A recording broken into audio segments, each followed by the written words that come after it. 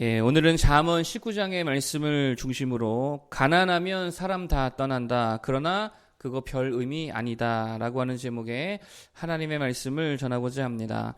오늘 가난이라는 주제로 한 두 가지 정도를 말씀드리기를 원합니다. 첫 번째로 말씀드릴 것은 삶의 초점을 가난에 맞추지 말고 태도에 맞춰라 라고 하는 것입니다. 인생의 목표를 가난에서 벗어나는 것으로 삼지 말라는 거죠. 오히려 좋은 태도, 훌륭한 태도로 살아가는 것을 목표로 삼을 때에 나머지는 따라오게 된다라는 것입니다. 자, 그게 1절의 말씀이죠. 한번 보겠습니다. 1절. 자, 시작. 가난하여도 성실하게 행하는 자는 입술이 패역하고 미련한 자보다 나으니라. 아멘. 자, 여기서 말하고자 하는 게 뭡니까? 가난 그 자체는 별로 중요하지 않더라라고 하는 것입니다. 이보다 더 중요한 게 있는데 그게 뭐냐면 성실하게 사는 거, 이게 더 중요하다는 거죠. 또 거짓을 말하지 않고 진실되게 사는 거, 이게 훨씬 더 중요하다는 거예요. 이런 것들을 뭐라 그러죠? 태도다라 그러죠.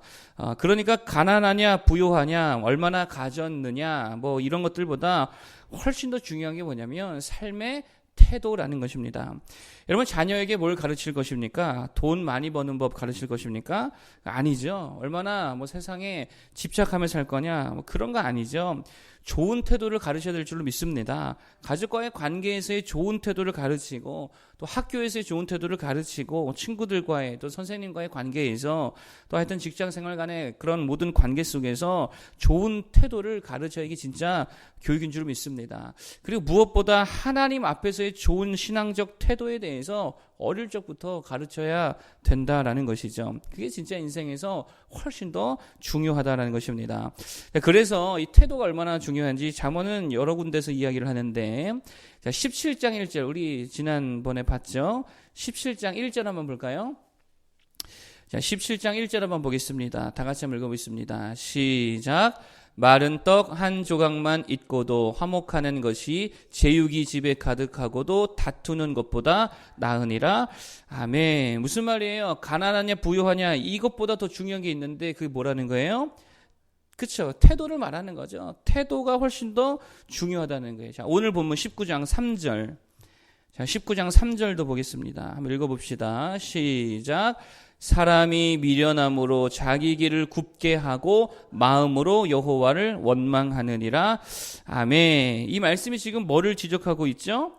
이것도 결국 태도에 대한 지적이라는 거예요. 자기가 다 잘못해서 자기 때문에 그래 놓고서는 누구를 탓한대요?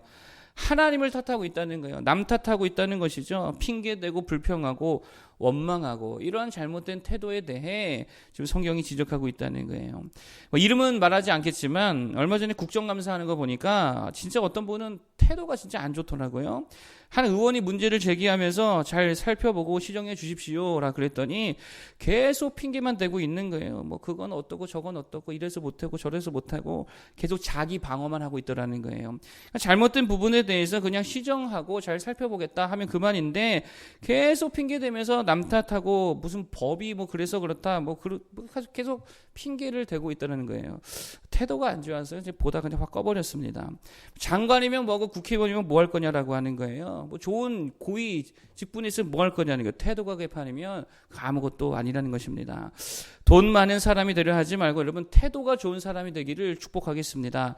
그러면 나머지는 따라오겠지요.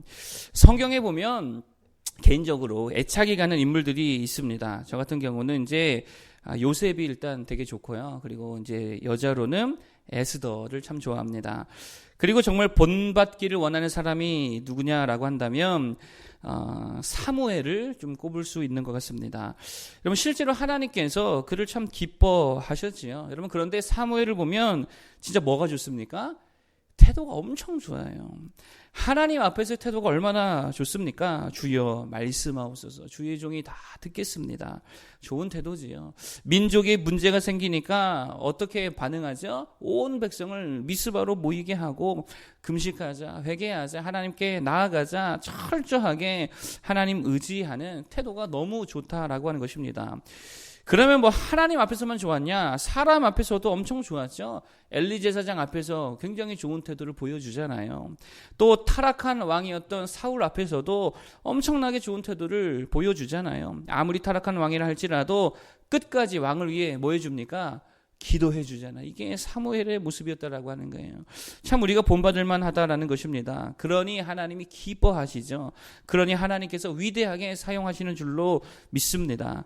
자, 그런데 태도가 안 좋으면 하나님도 싫어하시겠지만 사람도 싫어요, 안 싫어요? 사람도 다 싫어하는 거예요. 누가 좋아하겠습니까? 그래서 19절에 뭐라고 말하냐? 19절. 자, 이게 참 무서운 말씀인데 19절 보겠습니다. 시작.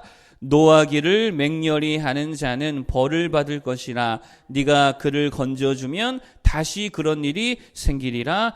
아멘. 노하기를 맹렬히 하는 자라는 말은 태도가 엉망이다, 이렇게 볼 수 있겠죠.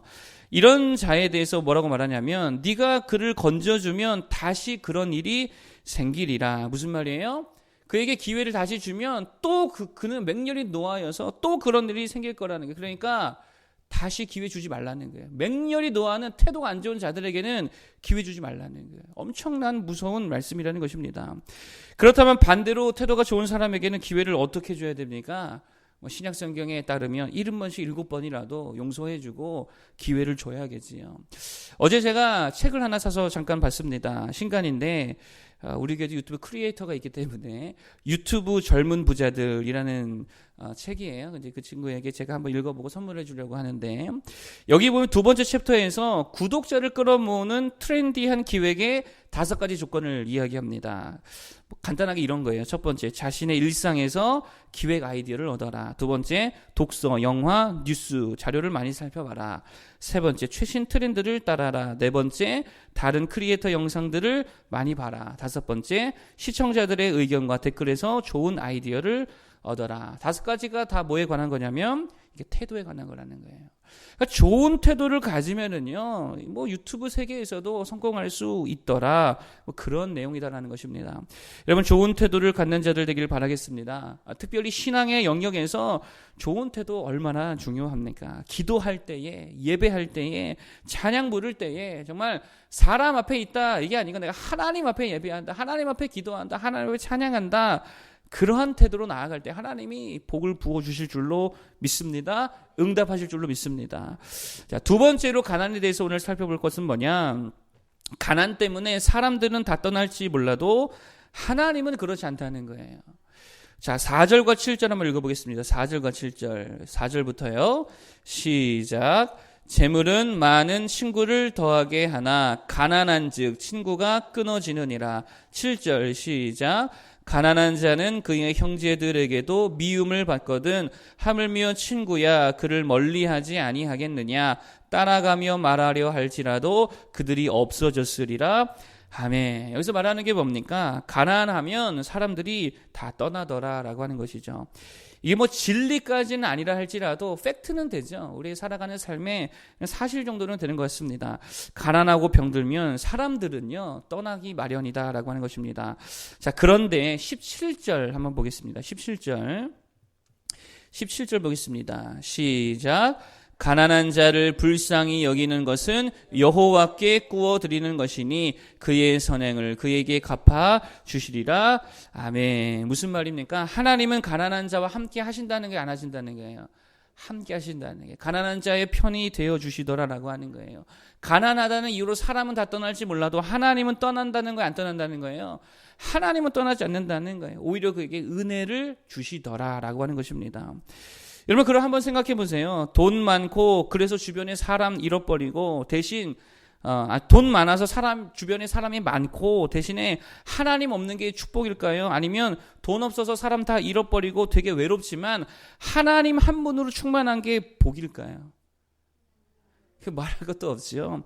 하나님 한 분으로 충만한 게 훨씬 더 큰 복인 줄로 믿으시길 바랍니다.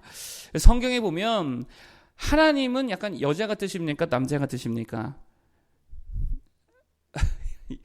남자 같잖아요. 아버지라 그러잖아요. 그러니까 그렇잖아요. 엄마라고 안 하잖아요. 아버지라 그러지. 무슨 말이에요? 하나님이 성이 있으세요? 성은 없으시죠. 그러나 하나님은 남성적 이미지를 훨씬 더 많이 가지고 계시고 성경이 그것을 부각시켜주고 있다는 것입니다. 왜 그렇죠? 여기에 되게 중요한 메시지가 있다고 생각하는데 그게 뭐냐? 하나님만이 진정한 남자라는 거예요. 하나님만이 진정한 남편이 되신다는 거예요.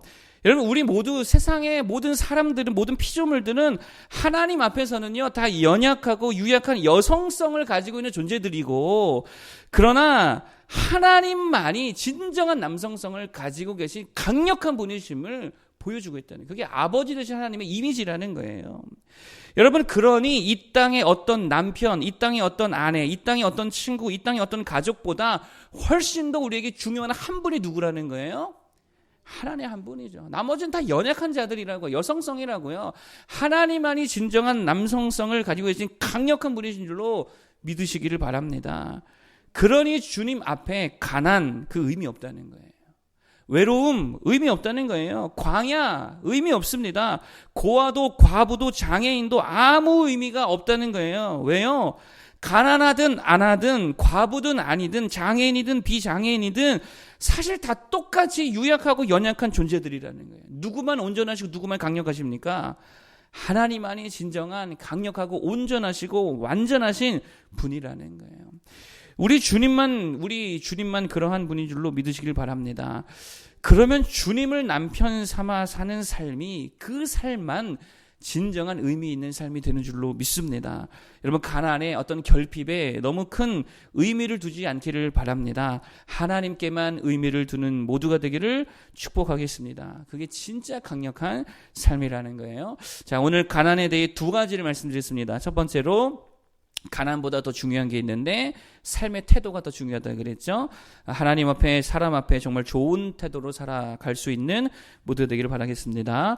두 번째, 가난 때문에 사람은 떠난다 그랬죠. 그런데 하나님은 그것 때문에 떠나지 않습니다. 가난, 그거 별 의미 없다라 그랬죠. 가난하든 안 하든 하나님 한 분 붙들 때에 그게 진정한 강력함이고 참된 의미가 되는 줄로 믿습니다.